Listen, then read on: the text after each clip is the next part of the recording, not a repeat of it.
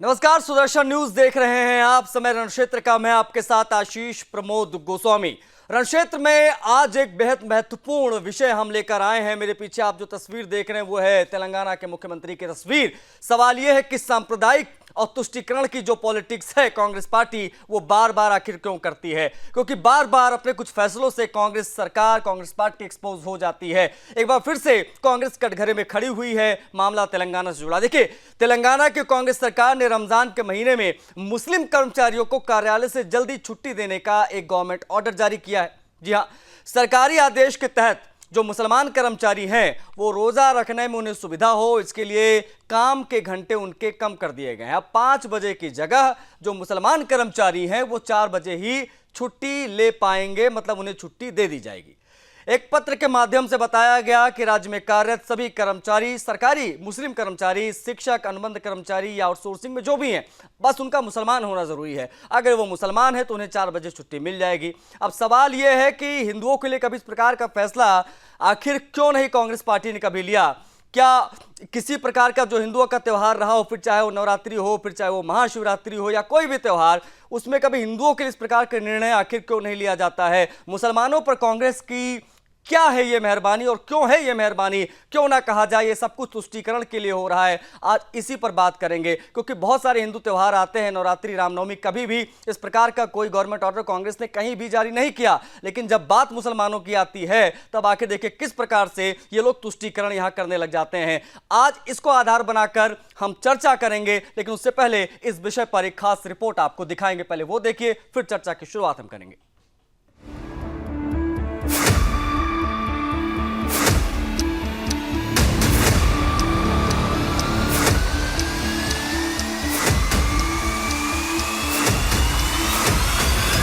संविधान के मुताबिक भारत एक धर्मनिरपेक्ष देश है। सरकारी दफ्तर किसी धर्म के आधार पर नीति नहीं बनाते। लेकिन जब मुस्लिम कर्मचारियों के लिए विशेष छूट दी जाती है तो क्या ये बाकी समुदायों के साथ भेदभाव नहीं? सोचिए, क्या कभी किसी हिंदू त्योहार पर सरकारी कर्मचारियों को ऐसी छुट्टी दी गई? नवरात्र में उपवास रखने वालों को क्या कोई विशेष सुविधा मिलती है? क्या श्रावण मास में शिव भक्त कर्मचारियों के लिए ऐसा कोई आदेश आता है? दीपावली पर क्या सरकारी कर्मचारी अपने समय से पहले घर जा सकते हैं? क्या हिंदुओं को ऐसे अधिकार मिलते हैं? हिंदू त्योहार पर सरकारी हिंदू कर्मचारियों को छूट दी गई? नवरात्र में उपवास रखने वालों को कोई विशेष सुविधा मिलती है? क्या श्रावण मास में शिव भक्त कर्मचारियों को विशेष सुविधा मिलती है? दीपावली पर क्या सरकारी कर्मचारी अपने समय से पहले घर जा सकते हैं? अगर सरकार एक धर्म विशेष को राहत दे रही है तो बाकी धर्मों के अनुयायियों के अधिकारों का क्या? यही वो सवाल है जो इस देश के बहुसंख्यक समाज को झकझोर रहा है। ऐसे फैसले तब लिए जाते हैं जब चुनाव नजदीक हों और नेताओं को एक खास वर्ग को खुश करना हो। इस तरह के कदमों से क्या सरकार ये संकेत नहीं दे रही कि उसे सिर्फ एक वर्ग की चिंता है, बाकी नागरिकों की नहीं? जब कांवड़ यात्रा निकलती है तब धर्मनिरपेक्षता की दुहाई दी जाती है, लेकिन रमजान में सरकारी नियम बदल दिए जाते हैं। बीजेपी तेलंगाना की कांग्रेस सरकार पर आक्रामक है। बीजेपी से अमित मालविया ने कहा कि तेलंगाना की कांग्रेस सरकार को तुष्टीकरण का कीड़ा काट गया है, जिसने रमजान के दौरान मुस्लिम कर्मचारियों के काम करने के घंटे घटा दिए। जब नवरात्र के दौरान हिंदू उपवास रखते हैं तो उनको कोई रियायत नहीं दी जाती है। ये साफ तौर पर वोट बैंक की राजनीति है। इस मामले पर टी राजा सिंह का भी बयान सामने आया और सवाल यही है कि हिंदू त्योहारों को क्यों नजरअंदाज किया जाता है, जबकि मुसलमानों के लिए रियायत ही रियायत दी जाती है। हमारे तेलंगाना राज्य के मुख्यमंत्री रेवंत रेड्डी जी से पूछना चाहूंगा, क्या उगादी के समय पर, क्या हिंदू फेस्टिवलों के समय पर, क्या इस तरह का जीवो आपको याद नहीं आता? जहां जहां पर कांग्रेस की सरकार बनती है वहां पर इसी प्रकार के सर्कुलर मुसलमानों के लिए निकलते हैं, लेकिन हिंदुओं के लिए कोई बेनिफिट नहीं, कोई फैसिलिटीज नहीं। रेवंत रेड्डी और कांग्रेस की जो नीति है, अगर इसको आप नहीं समझोगे, आने वाले समय में हमारे पास जो हमारे हिंदू फेस्टिवल होते हैं, उन फेस्टिवलों को मनाने के लिए भी सरकार प्रतिबंध लगा। भारत एक लोकतांत्रिक देश है, न कि किसी विशेष वर्ग की जागीर। सरकारी दफ्तरों में धर्म के आधार पर भेदभाव नहीं होना चाहिए। तुष्टीकरण की इस राजनीति को देश की जनता बहुत अच्छे से समझ रही है। हम यही सवाल उठाते रहेंगे और सरकार से जवाब मांगेंगे। क्यों तेलंगाना की कांग्रेस सरकार ये तुष्टीकरण की नई परिभाषा दे रही है? Bureau report, Sudarshan news.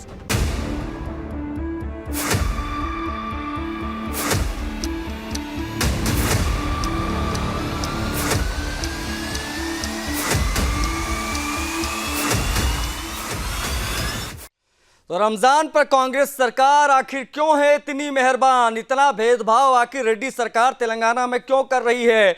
जब नवरात्रि में हिंदुओं के लिए कोई विशेष गवर्नमेंट ऑर्डर नहीं आता है, किसी प्रकार की सहूलियत नहीं दी जाती है, तो मुसलमानों को इस प्रकार की विशेष सुविधा क्यों दी जा रही है? इसी पर चर्चा करेंगे। कौन कौन सा मेहमान हमारे साथ कनेक्ट हो रहे हैं उनसे आपका परिचय कराएंगे, फिर चर्चा को आगे बढ़ाएंगे।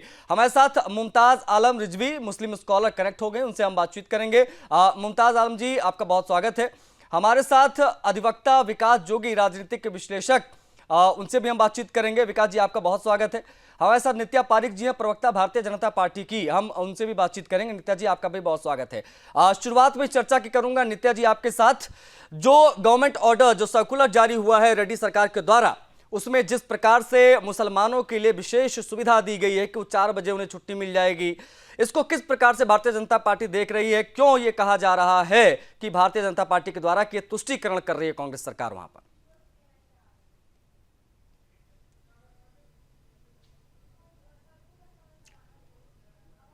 नित्या जी, आपकी आवाज नहीं आ रही है, मुझे लग रहा है कि म्यूट है शायद। प्लीज अनम्यूट हो जाइए आपके डिवाइस से, तो इस बार आपकी आवाज आएगी जी।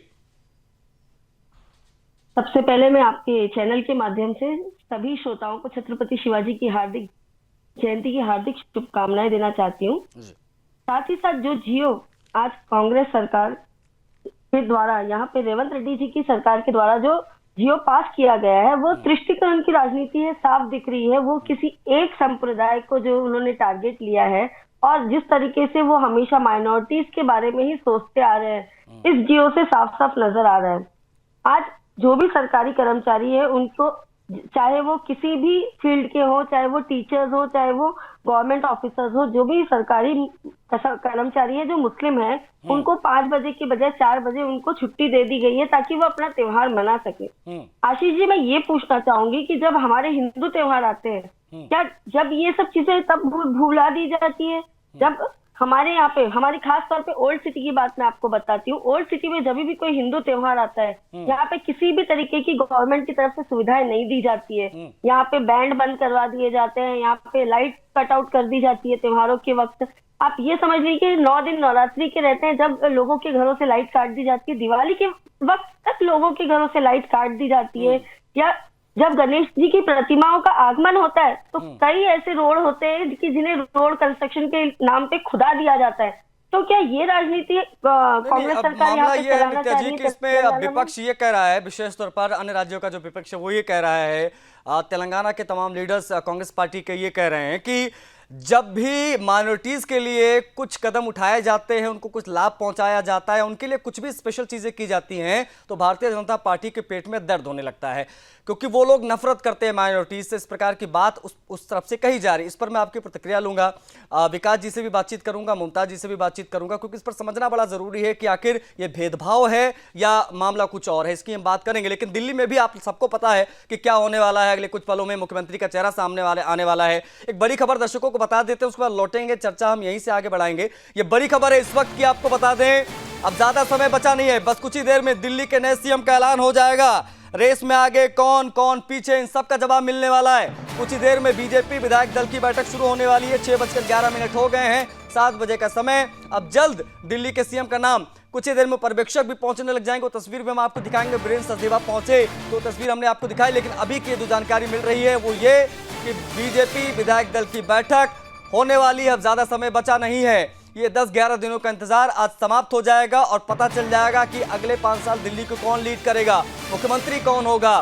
कई सारे नाम जो है वो लगातार सुर्खियां बटोरते रहे, पल पल में कौन आगे कौन पीछे, सब कुछ आप देख रहे हैं। लेकिन 2 ऑब्जर्वर पर्यवेक्षक रविशंकर प्रसाद और ओपी धनखड़, इनके कंधों पर जिम्मेदारी आज सौंपी गई। पार्लियामेंट्री बोर्ड की बैठक के बाद तय किए गए कि ये 2 ऑब्जर्वर्स हैं और ये आज बताएंगे जाकर, जब विधायकों से राय लेंगे पहुंचकर। उसके बाद में मुख्यमंत्री कौन होगा, क्योंकि 27 सालों के बाद बीजेपी ने वापसी की है दिल्ली में। ये लम्हा बेहद महत्वपूर्ण भारतीय जनता पार्टी के लिए। रामलीला मैदान में तैयारियां लगातार चल रही हैं और इन तैयारियों के बीच में आपको बता दें कि आज ये तय हो जाएगा कि कौन बनेगा दिल्ली का मुख्यमंत्री। बहुत सारे नाम लगातार सुर्खियां बटोरते रहे, सभी के घर पर मीडिया का जमावड़ा देखने को मिल रहा है, लेकिन ये तस्वीरें जो आ रही हैं वो बिल्कुल सीधी तस्वीरें हम आपको दिखा रहे हैं और उन तस्वीरों के माध्यम से आप देख सकते हैं किस प्रकार का जश्न का माहौल है बीजेपी में। और मुख्यमंत्री कोई भी बनेगा भारतीय जनता पार्टी का ही, इसलिए जो कार्यकर्ता है भारतीय जनता पार्टी को काफी उत्साहित नाचते गाते यहाँ दिखाई दे रहे हैं। ये दिल्ली बीजेपी दफ्तर के बाहर की तस्वीरें हैं और देखिए किस प्रकार से सजावट वहां पर की गई है। जो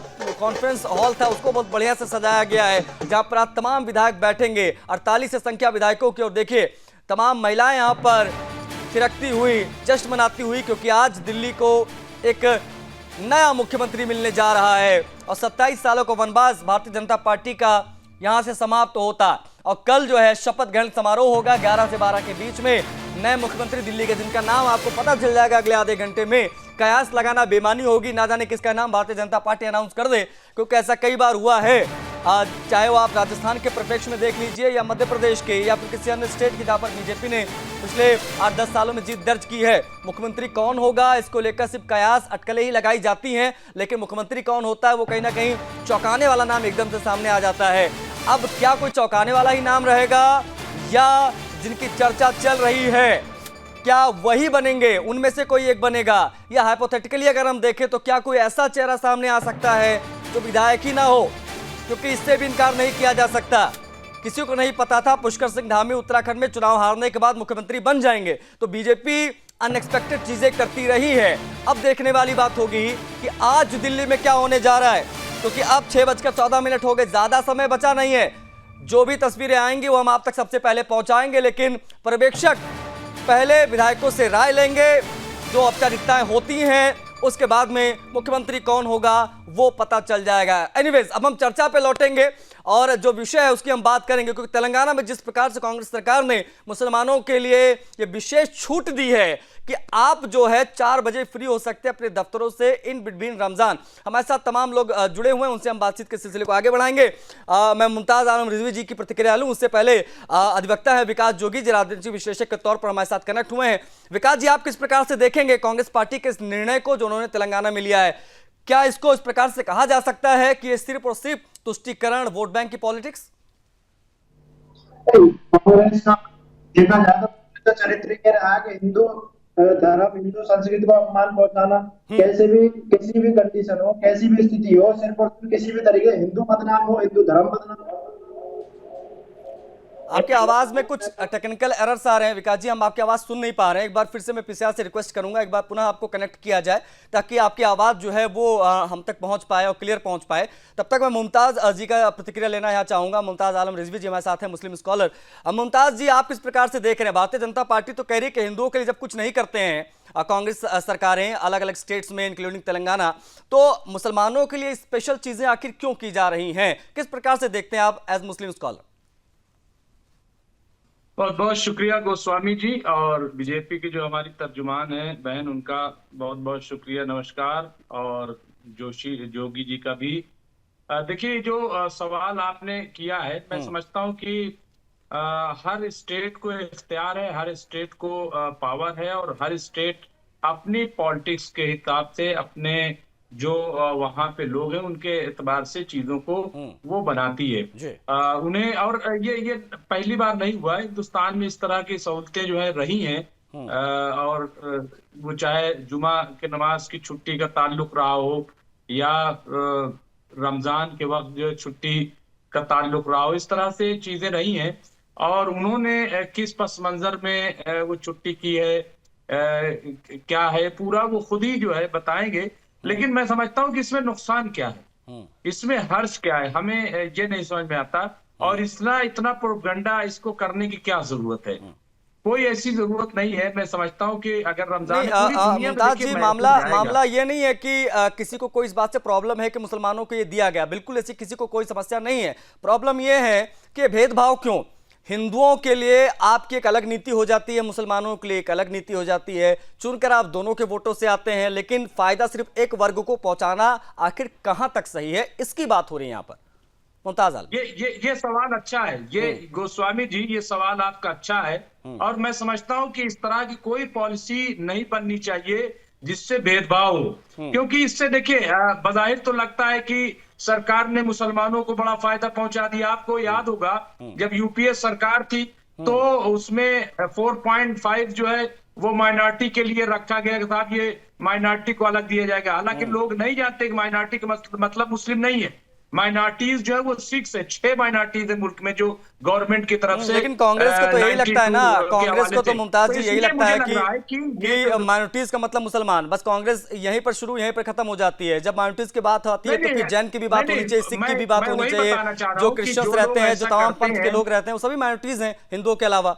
हमें दुश्मन न बनाया जाए, हमें किसी को नफरत का मरकज जो है, केंद्र बिंदु न बनाया जाए कि साहब मुसलमान, देखिए इसमें मुसलमान का कोई लेना देना नहीं है। ये गवर्नमेंट ने बनाया है, गवर्नमेंट के पास हो सकता है। सवाल ये है मुमताज जी कि ये जो कांग्रेस ने बनाया है या गवर्नमेंट ने जो बनाया है वो सिर्फ तुष्टीकरण के लिए, ये मुसलमान वोटों को साधने के लिए ये प्रयास किए जाते हैं। नहीं, इस पर हम लोग बात करेंगे, बिल्कुल मैं आऊंगा मुमताज जी, सॉरी टू इंटरप्ट यू, मैं आऊंगा। आप ये तुष्टीकरण नहीं है, आप ये कह रहे हैं, ये कैसे तुष्टीकरण नहीं है, इस पर मैं आपके पूरा जवाब लूंगा। इस पर नित्या जी से भी बातचीत करूंगा और विकास जी भी शायद कनेक्ट हो गए, उनसे भी हम बातचीत करेंगे। नवरात्रि, गणपति पूजन या हिंदुओं का कोई भी त्योहार हो, कभी भी कांग्रेस ने कोई भी स्पेशल चीजें हिंदुओं के लिए नहीं की हैं, लेकिन मुसलमानों के लिए विशेष प्रावधान किया गया है तेलंगाना में कि अगर आप मुसलमान हैं, फिर चाहे आप सरकारी नौकरी करते हो, प्राइवेट नौकरी करते हो, आप कुछ भी करते हो, आपका मुसलमान होना जरूरी है। 4 बजे आप अपने दफ्तर से फ्री हो पाएंगे। ये विषय जो है वो बीजेपी उठा रही है। बीजेपी सीधे तौर पर कहना है कि यह तुष्टीकरण के पॉलिटिक्स कांग्रेस पार्टी नियमित अंतराल पर करती है और बार बार वो लोग एक्सपोज होते हैं। विकास जी हमारे साथ कनेक्ट हो गए। विकास जी, अगर मेरी आवाज आप तक पहुंच रही है तो उस पर मैं प्रतिक्रिया चाहूंगा आपकी। विकास जी बोलिए। जानकारी हुई पहले से, मुमताज जी को भी सुना मैंने। हाँ। और मैं बीजेपी उनको भी सुना। ऐसे कांग्रेस ने और कांग्रेस का पूरे एनडीए गठबंधन ने मन बना रखा है कि ओनली 15%। नहीं, आवाज नहीं आ रही, आवाज नहीं आ रही है विकास जी, बिल्कुल भी आवाज आपकी नहीं आ पा रही है। और बहुत मुझे लगता है कि जितने पैनलिस्ट वो भी समझ नहीं पा रहे होंगे, क्योंकि वो कुछ टेक्निकल ग्लिचेस जब आते हैं तो प्रॉब्लम होती है। हम इंतजार करें कांग्रेस पार्टी के प्रवक्ता का भी, क्योंकि वो जब आएंगे तो उनसे हम बेहतर तरीके से सवाल जवाब इस पर करेंगे। लेकिन रिक्वेस्ट है कि विकास जी के ऊपर पुनः जोड़ा जाए, क्योंकि उनसे भी बातचीत बहुत जरूरी यहाँ पर हो जाती है। लेकिन हमारे साथ भारतीय जनता पार्टी की जो स्पोक्स पर्सन है, प्रवक्ता है नित्या पारिक जी, वो कनेक्ट हैं। नित्या जी, ये कहा जा रहा है सामने से कि भारतीय जनता पार्टी को माइनॉरिटी से नफरत है, इसीलिए उनके लिए जब कोई निर्णय लिया जाता है, उनके हित में कोई काम होता है, तो बीजेपी के पेट में दर्द होने लगता है। ये तुष्टीकरण नहीं है, ये कार्य है जो कि हर सरकार को करना चाहिए। आशीष जी, अगर बीजेपी के लिए कोई एक संप्रदाय मायने रखता था तो आज बीजेपी की सरकार इतने राज्यों में नहीं हो सकती थी। बीजेपी का हर एक वोटर, देश का हर एक नागरिक बीजेपी के लिए उतना ही इम्पोर्टेंट है, चाहे वो हिंदू हो, चाहे वो किसी और संप्रदाय का हो, चाहे बहुसंख्यक हो, चाहे अल्पसंख्यक हो। और आप देख सकते हैं जब भी बात किसी भी तरीके के गवर्नमेंट के जो फैसिलिटीज की आती है, उसमें कभी भी बीजेपी के द्वारा कोई हिंदू या मुस्लिम को या किसी और संप्रदाय को टारगेट नहीं किया जाता है, या किसी एक संप्रदाय को ज्यादा है या किसी एक संप्रदाय को कम सुविधा हो। ऐसा कोई भी आज तक जियो किसी भी बीजेपी की सरकार द्वारा पास नहीं किया गया है। लेकिन तेलंगाना सरकार में ये पहली बार नहीं है, ऐसा कई बार हो चुका है। आज हमारे मुख्यमंत्री रेवंत रेड्डी जी ने ये फैसला लिया, बहुत ही खुशी की बात है। भाई, रोजादार जो लोग हैं उनकी अगर आप देख रेख के हिसाब से उनकी सुविधा के लिए अगर आप उनको 4 बजे छुट्टी दे देते हैं 5 बजे के पहले, तो ये बहुत खुशी की बात है। ठीक है, काफी इससे काफी चीजों में डिस्टर्बेंस आएगा। अभी परीक्षा का माहौल है, अगर स्कूल से मुस्लिम जो टीचर्स हैं अगर वो जल्दी चले जाएंगे तो आप खुद सोचिए कि 10th के एग्जाम्स आने वाले हैं कि कितना नुकसान होगा उन छात्रों का जो साल भर पढ़ाई करते हैं। उसके बाद अगर बात की जाए संप्रदाय की, तो भाई कई ऐसे त्योहार आज रेवंत रेड्डी जी के सीएम बनने के बाद कई ऐसे त्योहार आ चुके हैं ना, जिसपे हिंदुओं के भी त्योहार आए हैं और बाकी अन्य संप्रदाय के भी त्योहार आए हैं। तो सीएम रेवंत रेड्डी जी से मैं ये पूछना चाहूंगी, उनके लिए आपने क्या जियो पास किया, क्या सुविधाएं दी, क्या आपने उनके बारे में सोचा? जब नवरात्रि का त्योहार आता है तो आपको वक्त की पाबंदी दिखती है, जब आपको 9 दिन जो हमारे नवरात्रि में पूजा पाठ किए जाते हैं, जो माता की बड़े बड़े भव्य मूर्तियां बिठाई जाती है, जब उस वक्त आप सारे रेस्ट्रिक्शंस वहां लगाते हैं। जब गणेश जी की प्रतिमाएं बैठी जाती है 10 दिन के लिए, जब वो प्रतिमाएं बड़ी बड़ी भव्य रूप से बड़े बड़े पंडालों पे बैठती है, जब याद नहीं आता है, लेकिन जब उनको विसर्जन करने की बारी आती है, जब सरकार की नींद खुलती है, तो ये कोई, हम ये नहीं चाह रहे कि किसी संप्रदाय से हमारी कोई दुश्मनी है, जाति दुश्मनी है। ये तो गवर्नमेंट के द्वारा ऐसा प्रोपेगेंडा किया जा रहा है कि सिर्फ उनको ऐसा लगता है कि हिंदू वोट बैंक, मतलब वही बात घूम फिर के आ जाती है नित्या जी की भेदभाव, ये भेदभाव नहीं चलेगा हिंदुओं के साथ। हिंदू बहुसंख्यक हैं इस देश में और हिंदू ही इस देश की पॉलिटिकली देखा जाए या तमाम तरीके से, तमाम परिप्रेक्ष्य में अगर देखा जाए तो बहुत सारी चीजें तय करते हैं।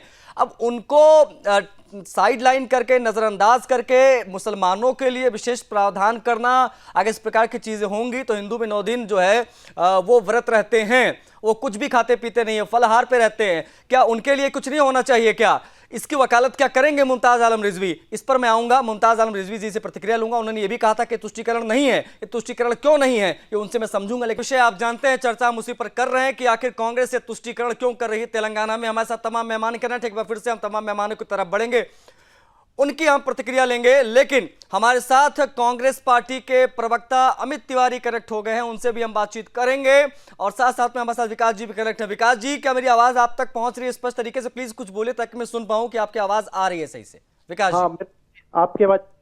हाँ विकास जी, आपकी आवाज पहले से बेटर आ रही है, प्रतिक्रिया आपकी लूंगा इस विषय पर।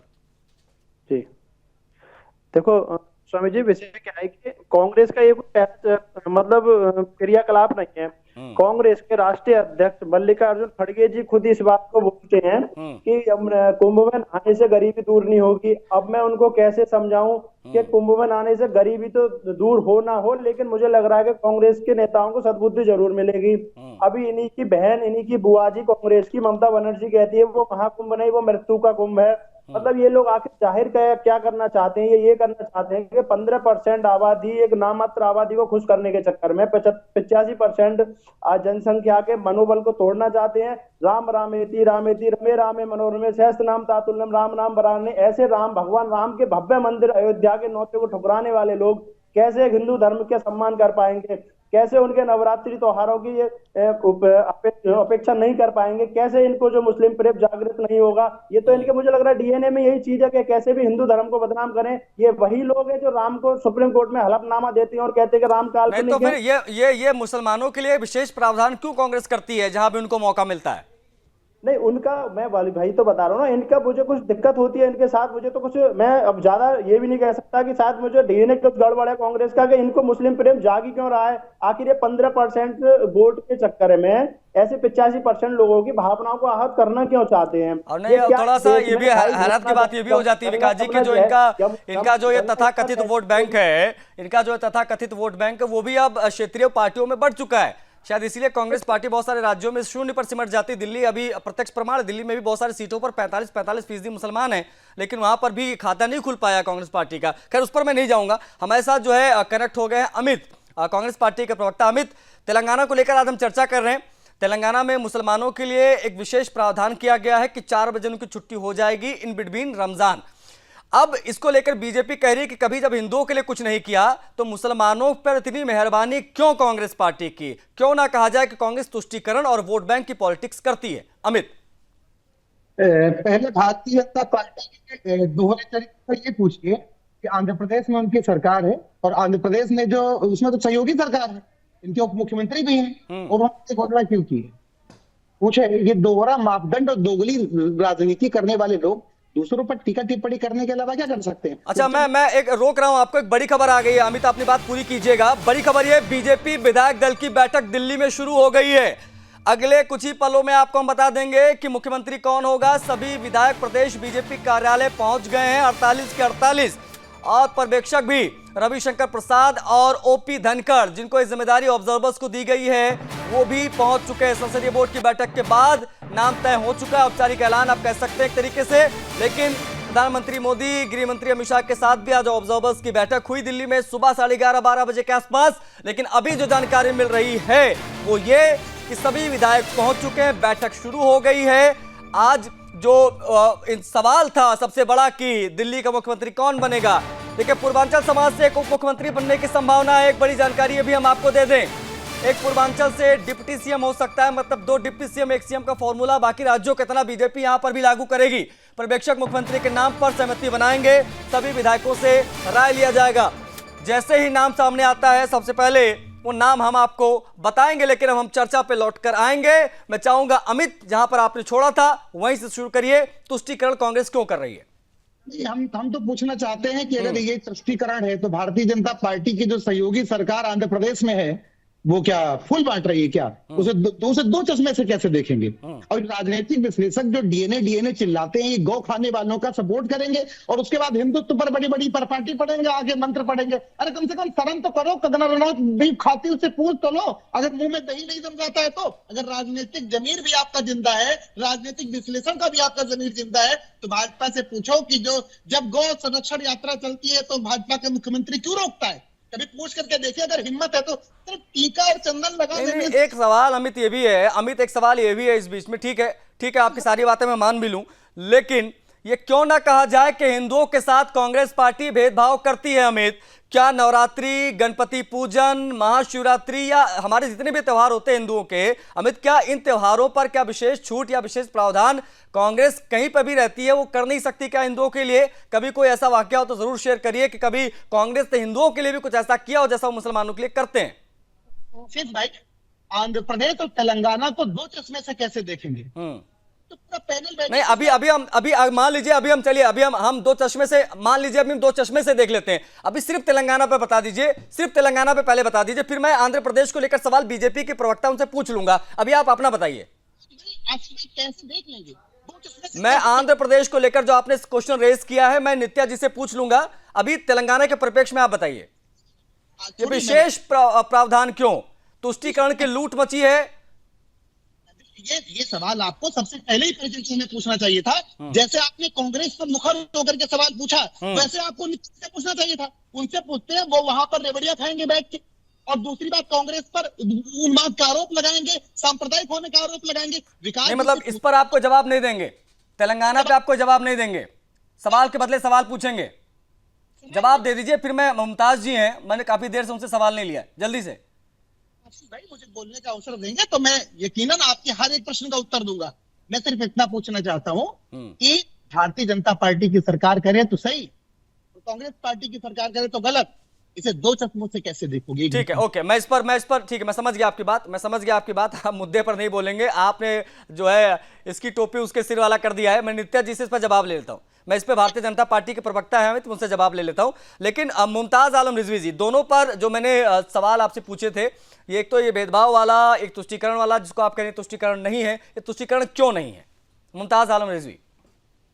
नहीं, तुष्टीकरण किस बुनियाद पे आप कह रहे हैं और तुष्टीकरण है क्या? अब आप ये बताइए, 7,000 करोड़ रुपया कुंभ पे खर्चा किया गया, क्या इसको तुष्टीकरण कहेंगे क्या? क्या है ये? कौन सा ऐसा प्रोग्राम पूरे देश में, एक भी मुसलमानों का प्रोग्राम बता दीजिए जिसमें सरकार जो है 7,000 रुपया करोड़ खर्च करती हो? कांग्रेस के बारे में बता दीजिए कि क्या कांग्रेस कोई ऐसा प्रोग्राम करती है जिसमें 7,000 करोड़ खर्च होते हो? नहीं है। तो इसलिए इसको तुष्टीकरण, हेलीकॉप्टर से कांवड़ियों को फूल बरसाया जाता है, क्या हम इसको तुष्टीकरण कहेंगे? हर मंदिर में योगी जी और मोदी जी जाते हैं, कहीं भी कुछ होता है तो क्या हम तुष्टीकरण कहेंगे इसको कि आप हिंदुओं का तुष्टीकरण कर रहे हैं? तो ये तुष्टीकरण क्या चीज है भाई? ठीक है, तुष्टीकरण बेसिकली मुमताज आलम रिजवी जी वही है, तुष्टीकरण वही है जो 47 से लेकर 2014 के पहले तक कांग्रेस पार्टी जब जब मौका मिला तब तो वो करते रहे, मुसलमानों का वोट बैंक साधने के लिए। ऐसे बहुत सारी चीजें, नहीं ऐसी बहुत सारी चीजें हैं, बहुत सारे एग्जाम्पल्स हैं जहां पर मुसलमानों के लिए करना, हिंदुओं के लिए कुछ ना करना। जब आप बीजेपी नहीं, अब जब बीजेपी की सरकार आई और बीजेपी हिंदुओं के लिए कर रही है तो इससे तकलीफ क्यों? गोस्वामी जी, नहीं, अगर महाकुंभ हो रहा है, वहां पर 56 करोड़ जनता पहुंच रही है, वहां पर आस्था की डुबकी सब लगा रहे हैं जाकर, तो इसमें अगर व्यवस्थाओं में खर्चा हो रहा है तो उसमें दिक्कत क्या आ रही है? बात उसकी नहीं हो रही है, बात ये हो रही है मुमताज जी, मसला ये है, सुनिए, मामला ये है कि ये विशेष प्रावधान क्यों? तो हिंदुओं के लिए भी कर दो ना भाई, ये बात हो रही है। वहां लोग कोई तो वहां पे साफ पानी में नहा रहा है, कोई वहां नाले में नहा रहा है। दिक्कत इस बात की है, आप देखिए नहीं, ये आप गए थे क्या नहाने? आप नहा के आए क्या? अरे मेरे भाई वहीं पे। नहीं, आप नहा के आए क्या मुमताज आलम रिजवी जी? देखिए आप गए थे स्नान करने क्या? बचा हुआ है। आपने कुंभ नहा लिया? अरे 56 करोड़ आदमी गया है, 56 करोड़ लोग मुमताज जी जाकर नहा के चले आए हैं। एक मुमताज आलम रिजवी नहीं बताएंगे कि कुंभ में क्या व्यवस्थाएं हैं। 56 करोड़ लोगों को हम दरकिनार कर दें, मुमताज आलम रिजवी की बात सुने। उसमें भी लोग मारे गए। अरे भाई, ये प्राकृतिक आपदाएं हैं, ये इस प्रकार की चीजें कब नहीं हुई? अरे 2013 में जब कुंभ हुआ था सपा सरकार के समय में, उस समय भी ये चीजें हुई थी, तो ये तो उसको कैसे रोक लेगा कोई? सुन लीजिए जी। 100 करोड़ की तैयारी अगर है और अगर 120 लोग पहुंच जाते, तब ये लगता कि साहब अव्यवस्था हो तो गई। 100 करोड़ की तैयारी दुनिया, पूरी दुनिया, मुमताज आलम रिजवी जी, पूरी दुनिया, ये सिर्फ और सिर्फ एक मुमताज आलम रिजवी आशीष गोस्वामी की बात नहीं है। पूरी दुनिया जो वहां पर गई है, वही वाली बात है ना, जिसको आपको जो देखना आपको वही दिखाई देगा। नहीं, ये जो आपको देखना वही दिखाई देगा, मसला वो नहीं है। I am just talking about कि पूरी दुनिया गई है, सबने तारीफ की है। अखिलेश यादव खुद जाकर नहा कर आए हैं। कांग्रेस पार्टी के नेताओं को छोड़ दिया जाए तो आज तमाम लीडर्स पहुंचे हैं, तमाम मुस्लिम नेता भी पहुंचे हैं, मुख्तार अब्बास नकवी गए, उन्होंने भी आज स्नान किया। सबने बताया कि बड़े अच्छी व्यवस्थाएं हैं, आप ना जाने किस चश्मे से देख रहे हैं। बस वो है, मैं उस पर नहीं जाऊंगा, मैं उस पर बिल्कुल नहीं जाऊंगा, और आपसे अपेक्षा भी यही है कि आप यही बोलेंगे। ना, उस पर नहीं जाऊंगा। नहीं, अंदर से तकलीफ तो होती है जब हिंदुओं के लिए कुछ होता है, तो अंदर से चिढ़ तो मस्ती होगी। नहीं, अंदर से बड़ी चिढ़ तो मस्ती होगी मुमताज आलम रिजवी को कि हिंदुओं के लिए इतनी सब चीजें हो रही है, हेलीकॉप्टर से पुष्प वर्षा हो रही है कांवड़ियों पर। पहले ये सब नहीं होता था, पहले मुजफ्फरनगर दंगे होते थे, हिंदुओं को काटा जाता था, तब तकलीफ नहीं होती थी, है ना? तब मुसलमान चढ़ के बात करता था, आज हिंदू थोड़ा चढ़ के बात कर लेता तो तकलीफ हो रही है आपको। आज अगर विशेष प्रावधान कर दिया जा रहा है, आज अगर पुष्प वर्षा कर दी जा रही है, तो मुमताज आलम रिजवी को दिक्कत क्या है? मुमताज आलम को दिक्कत क्या है अगर पुष्प वर्षा हुई तो? प्रॉब्लम क्या? हमें दिक्कत नहीं है, हम तो ये कह रहे हैं कि आप लोग सड़कों पे नमाज, नहीं, सड़कों पर नमाज जब पढ़ते हैं, नहीं, जब सड़कों पे नमाज पढ़ते हैं, ट्रैफिक व्यवस्थाएं बाधित होती हैं। खैर, मैं इस पर नहीं जाऊंगा, ये बड़ी लंबी चर्चा का विषय है, और मैं आपसे इतना तू मैं कर भी नहीं पाऊंगा, क्योंकि मुमताज आलम रिजवी जी, मुझे पता है कि आपकी क्या विचारधारा है, हिंदुओं को लेकर आपके अंदर क्या फूल बरसते हैं, मुझे सब पता है। मैं बिल्कुल उस पर नहीं जाऊंगा, बिल्कुल ना, मुझे आपके किसी प्रमाण पत्र की आवश्यकता है, नहीं, बिल्कुल नहीं जाऊंगा। नहीं, अगले गेस्ट पे नित्या पारिक जी बताइए, कांग्रेस पार्टी ने जो प्रतिक्रिया दी और अभी जो मुमताज आलम रिजवी जी ने कहा, इस पर दोनों पर जवाब चाहूंगा। आंध्र प्रदेश का भी हवाला दिया अमित जी ने, इस पर जवाब नित्या जी। अमित जी, सबसे पहले मैं ये कहना चाहूंगी, जिस महासंगम को हर हिंदू, आज करोड़ों हिंदू जिसको अपना त्योहार मानकर चल रहे हैं, देश विदेश से लोग क्या नाले के पानी में नहाने के लिए आएंगे? आज मुमताज अहमद जी ने इतनी बड़ी बात कही कि वहां पे नाले का पानी है। एक बार आप किसी अपने कांग्रेस के साइंटिस्ट को ले जाकर उस पानी का पीएच लेवल चेक करके आइए मुमताज अहमद जी, जब आपको पता चलेगा। अमित जी नहीं कह रहे हैं, दो बूंद भी अगर नित्या, ये अमित जी नहीं कह रहे हैं, नित्या, ये अमित जी नहीं कह रहे हैं, ये अभी मुमताज आलम रिजवी जी ने कहा। ये मैं मुमताज जी को जवाब देना चाह रही हूँ कि जो कह रहे हैं ना कि दुश्मनी सिर्फ मुसलमानों से क्यों? अरे आज हिंदुओं की इस करोड़ों का जो ये खर्चा किया गया है, आज उसका वहां पे जो हर हिंदू जो डुबकी लगा के आ रहा है, एक बार उससे पूछिए, पीएच लेवल उस पानी का चेक करिए। अगर आपका एक तुष्टिकरण की राजनीति तो कांग्रेस सरकार आज तक करती आई है। 70 साल से कांग्रेस सरकार की देश में कितने कुंभ कैसे बीते आप बताइए? क्या इस तरीके की कुंभ की भव्यता जो देश में नहीं विदेश तक पहुंची है, क्या 70 साल में कांग्रेस ने कभी ऐसा कुंभ दिया है देश को? क्या कभी देश के ये मनाया जा रहा है, ये कह करके इतनी भव्यता, अरे देखिए, दुनिया भर मुमताज के आलम लोग रिजवी जब इतनी पता नहीं है ना कुछ, का कुंभ को मुमताज मनाया आलम जा रिजवी रहा है। जब ज्ञान आप नहीं है तो यहाँ अगर पर उस बैठ के पानी ना को ये नाले बकवास का नहीं पानी सुनूंगा मैं कहते आपकी। हैं, 144 साल तो बाद आप ये हर चीज बताइए का, कि जो हर एक नाले सेकंड, के हर चीज का नियम कायदा है। आप नाले के पानी कुछ में पे डुबकी यहाँ पे लगाने लबाजी के नहीं लिए करेंगे बैठ के आप मुमताज ऐसा आलम रिजवी बोल जी। कैसे सकते ये आप हैं? नहीं कहेंगे 144 साल के बाद फर्जी है। आप क्या 144 साल के बाद करते? अरे ग्रहों के नक्षत्र होते हैं, उस हिसाब से देख कर चीजें तय होती है। तो वही मैं कह आज रहा आज हूं। अरे आज भाई, कुछ तो मैं स्पेशल कह चीजें रहा हूं हुई कि हैं जब अगर नक्षत्र उन ग्रहों के आया, बीच सब में, उसको आया, लेकर तभी अगर ये तो कहा बात जा रहा है तो आई। आपको प्रॉब्लम क्या है? अरे मैं नहीं जानता इस्लाम के बारे में तो मैं इस्लाम पे ज्ञान क्यों दूंगा? Who the hell are you to talk me about सनातन धर्म? आप कौन है भाई? मैं नहीं जानता, मैं नहीं जानता कि कितने हजार साल पुराना आपका इस्लाम है, कितना साल पुराना इस्लाम है आपको, आपको पता भी है? कुंभ कब से हो रहा है? कुंभ कब से हो रहा है कुछ पता है आपको? इस्लाम का नामो निशान नहीं था, इस्लाम का नामो निशान नहीं था तुम पे, आसमानी किताब नहीं गिरी थी नीचे, उससे पहले से कुंभ हो रहा है। आप कुंभ पे ज्ञान देंगे 144 साल की, 12 साल की, 6 साल? बिल्कुल नहीं सुनूंगा। लेके पढ़िए अपने आसमानी किताब, कोई मसला नहीं है इसका। मैं क्लोज करूंगा, मेरे पास इतना ही समय था। नहीं, मेरा पूरा मूड खराब कर दिया मुमताज आलम जी ने। ये गलत तरीका है, आप हिंदुओं पर टिप्पणी इस प्रकार से नहीं करेंगे। और जब ज्ञान ना हो तो ज्ञान नहीं बांटना चाहिए। पहले पढ़ लीजिए सनातन क्या, उसके बारे में जान, सनातन का साथ जानते नहीं और बता रहे कि जो है 144 साल की बातें फर्जी है। इस प्रकार की बातें यहां नहीं चलेंगी। सिर्फ और सिर्फ सवाल यह था कि कांग्रेस ने तुष्टीकरण जो तेलंगाना में किया है वो कहां तक सही है, हिंदुओं के साथ भेदभाव क्यों वहां पर हो रहा है। लेकिन देखिए किस प्रकार से ट्विस्ट उसको कर दिया गया उन तमाम लोगों के द्वारा जो तुष्टीकरण की इस राजनीति का समर्थन करते हैं। इस चर्चा में इतना ही, मुझे आज्ञा दीजिए। जय हिंद।